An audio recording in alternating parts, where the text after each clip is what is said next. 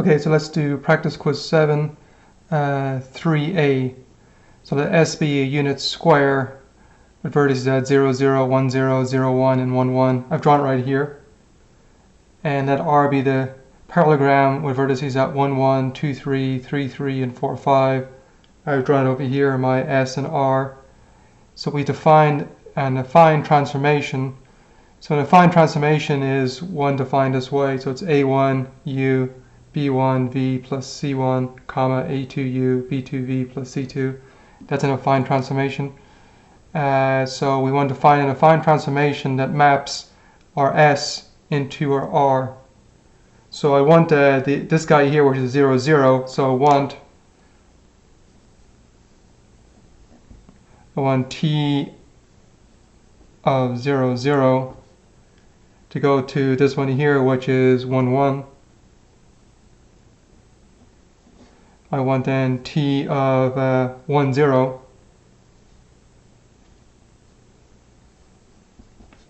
to go to this one here, which is the second point here, which is 2, 3. Oh, sorry, this point up here, say 2, 3.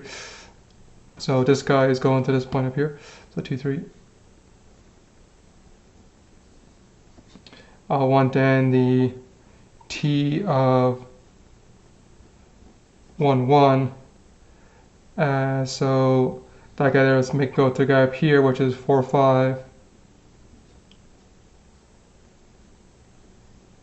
And the T of 0, 1, so here. And we'll map that to a remaining point, which is this guy here, which is 3, 3. Okay, so let's keep going. So let me erase a few things and we'll keep going. Okay, so move things around here. So it turns out you can always map a unit square into a any parallelogram using this transformation. So let's find it's basically to find the A1, B1, C1, A2, B2, C2 for this guy.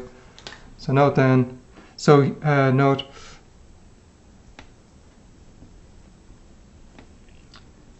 T of 0, 0, so that's my U and V here. So you're going to go up to this guy up here and put 0 in place of U and V. So you put 0 in place of U here and V here. You just get a C1. And put 0 in place of U and V here, you'll have a C2. And we want that to equal 1, 1. This implies then that C1 is 1 and C2 is 1. Next, so we want let's look at T1, 0. So T1, 0. So that's your U, that's your V. We also know that C1 is 1 and C2 is 1. So I'm going to go back up to my affine transformation and put 1 in place of U. So putting 1 in place of U, it become A1. Put 0 in place of V, the B be gone, and plus C1, but C1 now is 1. Then going up to this part, putting 1 in place of U, so it become A2. 0 in place of V, 0 in place of V will be gone, plus C2, but C2 is 1. So you get that. And we want that to equal over here 2, 3. So solving this, you can see that A1 would have to be, to make that true, A1 plus 1 is 2, so A1 would have to be 1. And A2 plus 1 is 3, that means A2 would have to be 2. Okay, let's see, let's go on to the next one, and it would be T of, I'm actually going to jump down to 0, 1. I'll leave the 1, 1 until last. So that means 0 in place of U, 1 in place of V, up in this guy up here. So doing that, 0 in place of U, the A's will be gone. That'll be B1 plus C1, but C1 we found is already 1. And then over here, 0 in place of u, so the a2 will be gone, it'll be plus b2 plus c2, but c2 is 1. And that has to equal 3, 3. So 3, 3. So b1 plus 1 is 3, it means b1 would have to be 2. You can just solve that equation, so b1 is 2. You'd have that b2 plus 1 is 3, so that means b2 is also 2. So again, I'm just equating those, so just writing it down here, you have b1 plus 1 equals 3, so this guy is going with that. So just subtracting 1, you have b1 equals 2. Okay, so actually we found all the, so putting it together now, we still haven't done this one yet, but that should follow. But let's see, putting it together then, we'll have t uv. It's a1, but a1 we said was 1 here, so it's going to be u plus b1. b1 is 2, so it'll be 2 v plus c2. C2 is 1, so plus 1 comma. And then a2 is 2, so it'll be 2u plus b2, which is 2 also, and c2, which is 1. So we get that. That should be our mapping. We still haven't shown that this one is satisfied. We can check now. Let's see. So note. Let's see. T 1 1. That means 1 for u, 1 for v. So let's see, putting 1 in place of u, it would be 1 in place of v, 2 times 1 plus 1, and 1 in place of u, 1 in place of v. So that's going to be 2, 3, 4 here. And it's going to be 4, 5. So it satisfies this one too. So this is our affine transformation here then. This guy here.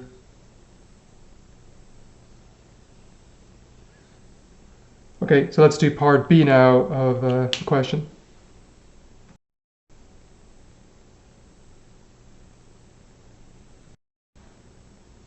Okay, so here's part B. It says they use the changing variables theorem with the affine transformation from part A to find double integral over R of x, y, dA.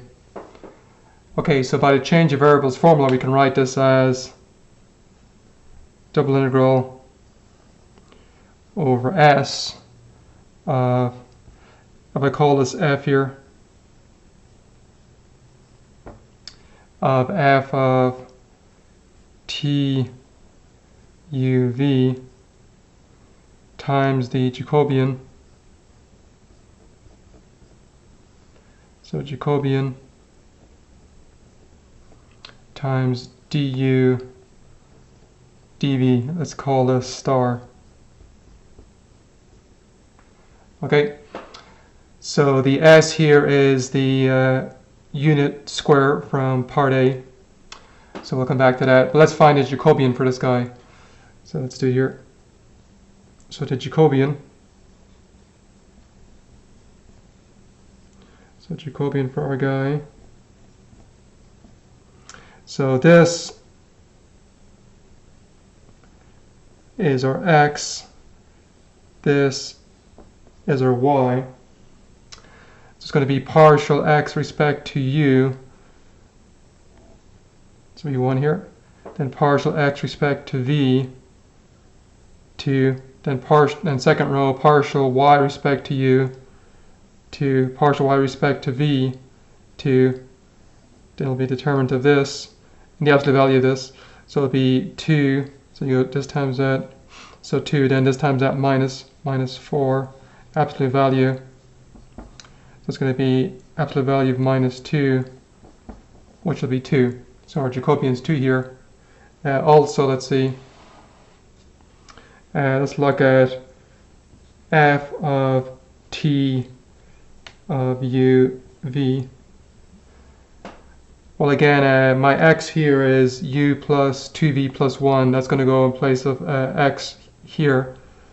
It's going to be then u plus 2v plus 1 times y. Y now is 2u plus 2v plus 1. So 2u plus 2v plus 1. And we have to integrate this in a second, so let's multiply it out. It's going to be then 2u squared plus 2uv plus u plus 4uv plus 4v squared plus 2v plus 1 times that 2u, 1 times that plus 2v plus 1. So combining things here that you check, well, you have your 2u squared here, and then you have a uv here, to them here, so it'll be 2u squared, that'll be 6uv from here and here. Then you have a 4v squared. Then we'll have a 2v